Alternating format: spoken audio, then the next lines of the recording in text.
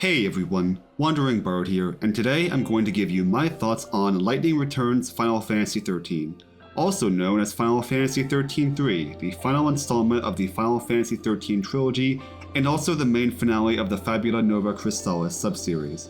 I've played and reviewed the other games in this series on my channel and I really enjoyed them, so I was super excited to play the finale. Now I'm here to present my thoughts on how everything was handled in the final game. If you enjoy these videos and want to see more like them, please leave a like and consider subscribing to the channel. Drop a comment as well if you agree or disagree on the things that I say in this video.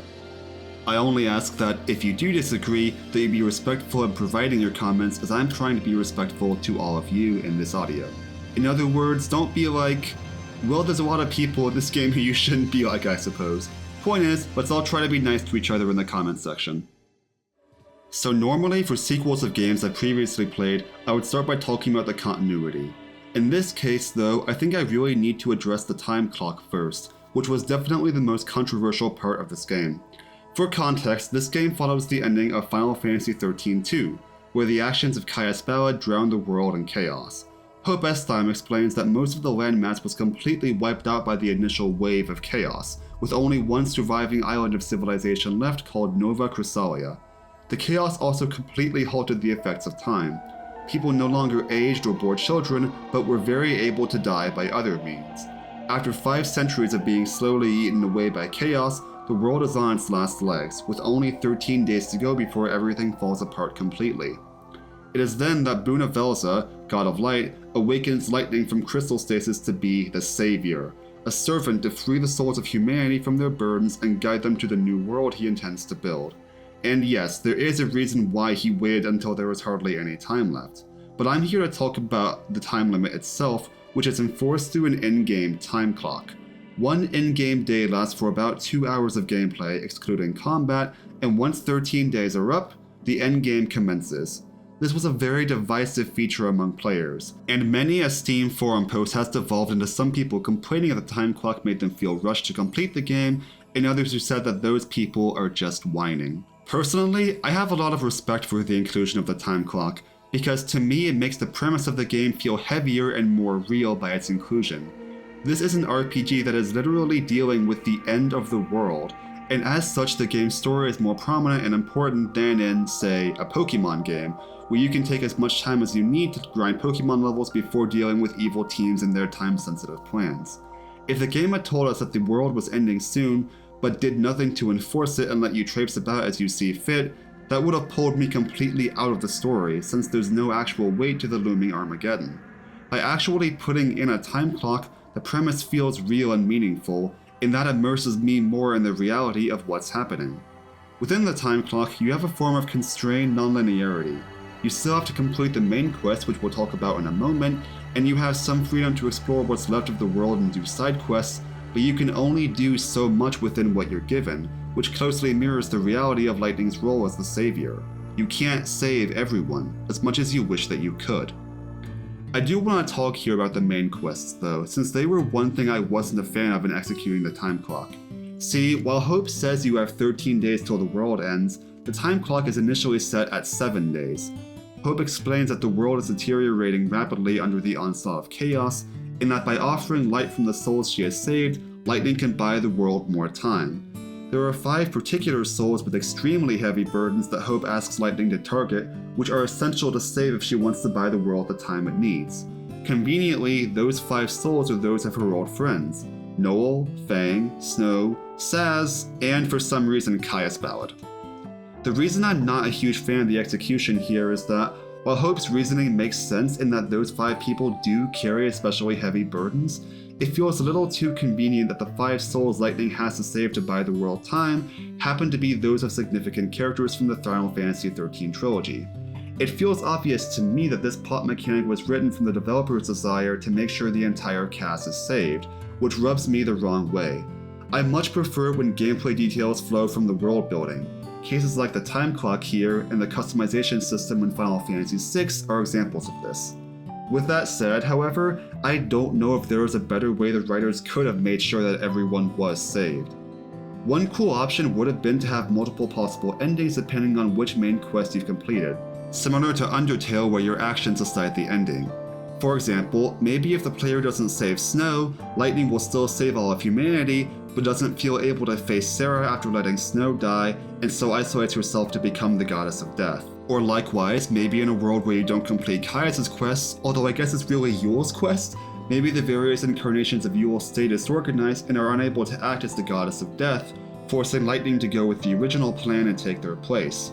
Or failing to complete Fang's quest means you never learn of what the Soul Song really is, and so the souls of the dead are destroyed. You'll notice that I didn't say anything about Noel's quest in this rant, and there's a reason for that, which I'll come back to.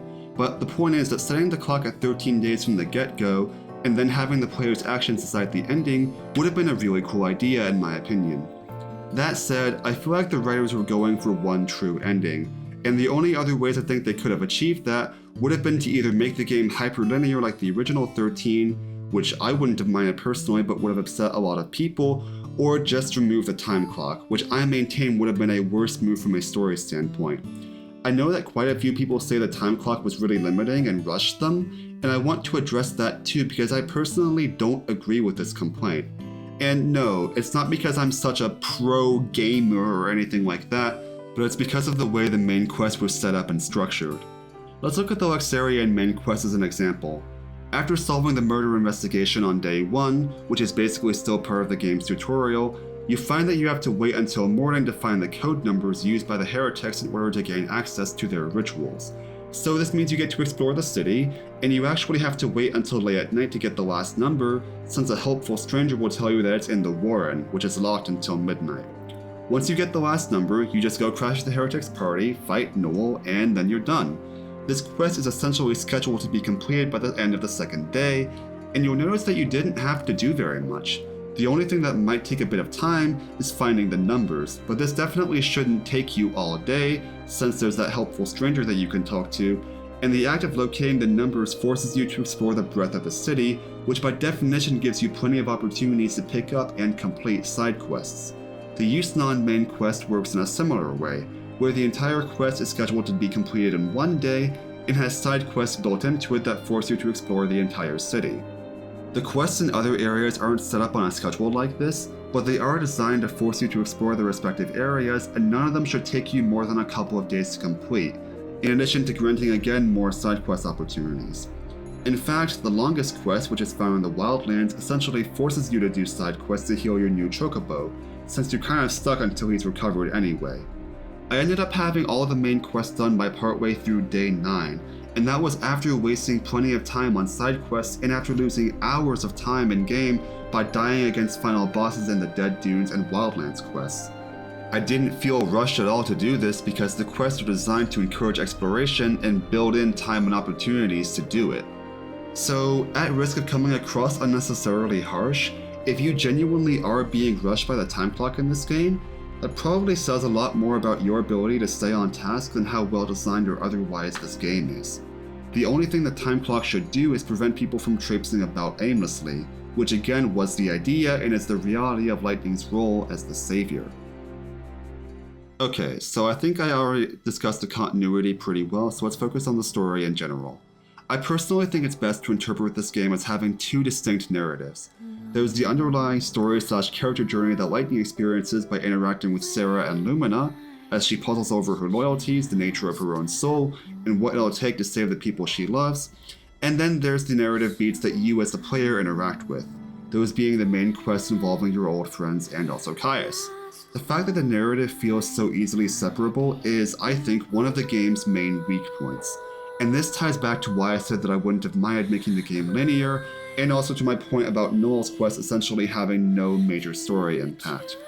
I talked before about how this game has a form of constrained nonlinearity, which means the main quest can be done in any order.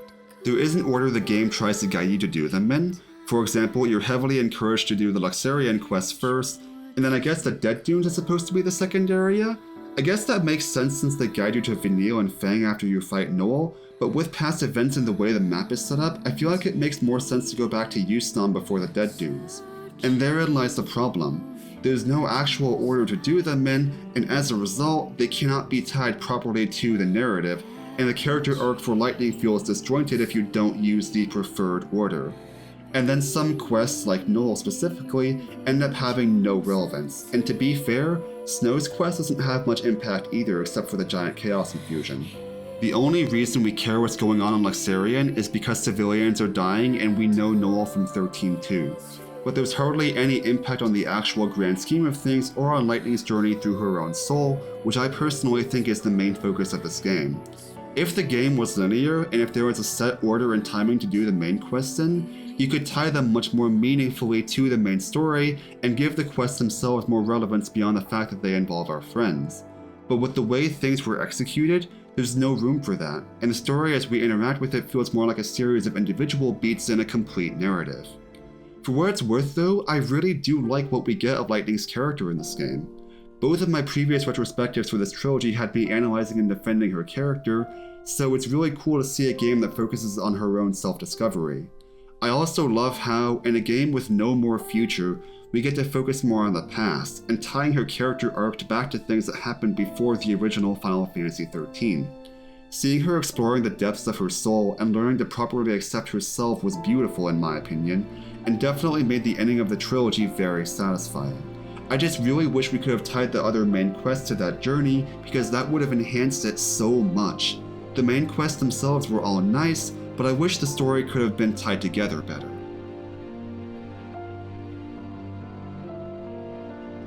In terms of the gameplay, I'm really a fan. As I said before, the main quests are set up in a way to encourage side quests and exploration, which I really appreciate. The goal of this game is to save people's souls, which is done by helping people with their last regrets. In other words, by completing side quests.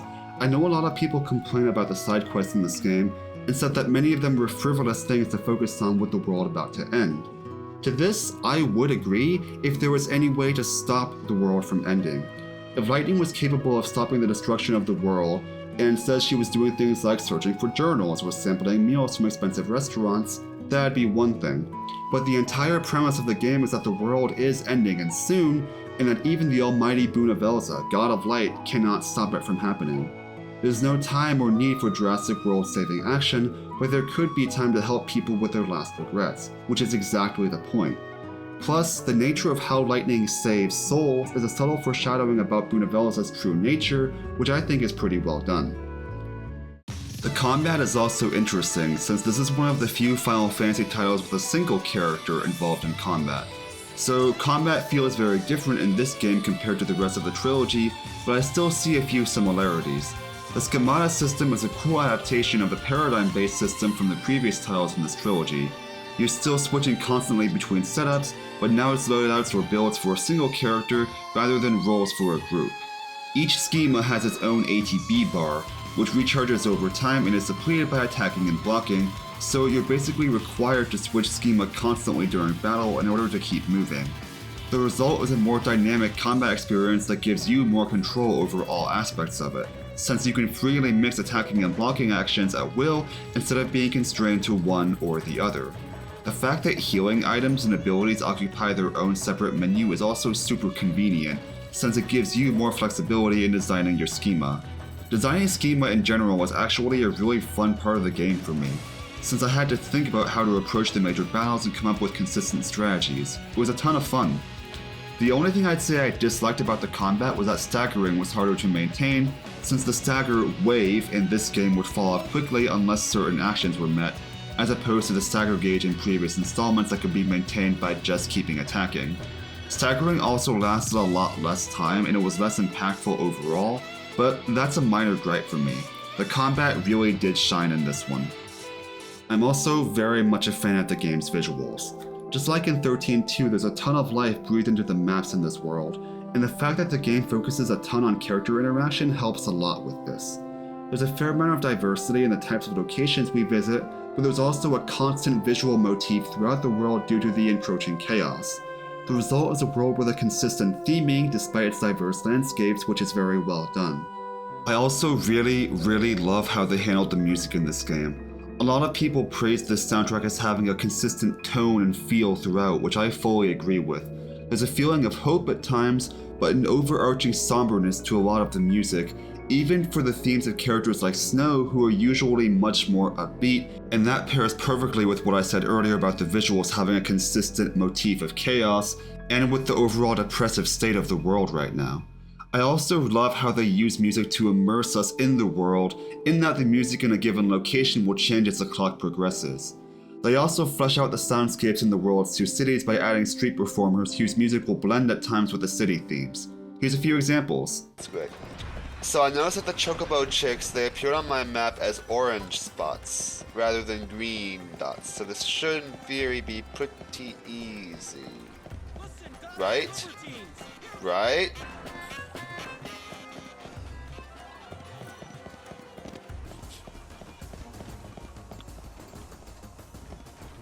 Play it, man.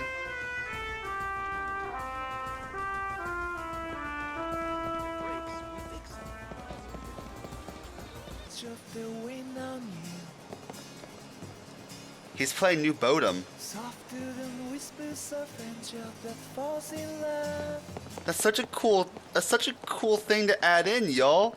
It's the small touches like these that I find really cool, and there's just so much growth that I see in the overall craftsmanship of the games in terms of music, combat, and just overall gameplay, which I really appreciate. In summary, I thought Lightning Returns was very much well worth playing. I do have some gripes about how things were executed, but I thought the game was a very satisfying end to a trilogy that has come to mean a lot to me, from a story standpoint, and I think it's also cool to see how the gameplay has evolved across the trilogy to something really special in Lightning Returns. I really appreciate getting to experience the games on here and to share that experience with people in a meaningful way, so I really hope you enjoyed being on for the ride as much as I have. Before I end, though, we need to once again play the game of Who Would I Marry, Bring Back to Life, Party With, and Set on Fire. For Mary, I'm finally allowed to say Vanille after 2 games of her being stuck in a crystal, so I'm saying Vanille immediately. Although, Lightning would be a really cool choice as well, since I'd be interested to see what kind of person she would be in a new world with no more battles. For Bring Back to Life, there's not many options, but I'll just go ahead and say Mog. We need Mog back. Party With would be Snowvilliers, since even when he's depressed out of his mind, he can throw an awesome party. For Set on Fire, I feel like there's not many options left for that either, but I'll go ahead and say Kaya, since I maintain he still kinda deserves it. Alright everyone, that's going to be it for this video. I really hope you enjoyed watching. Please consider liking, leaving a comment, and subscribing to the channel, and Lord willing, I'll see you next time. Have a good one.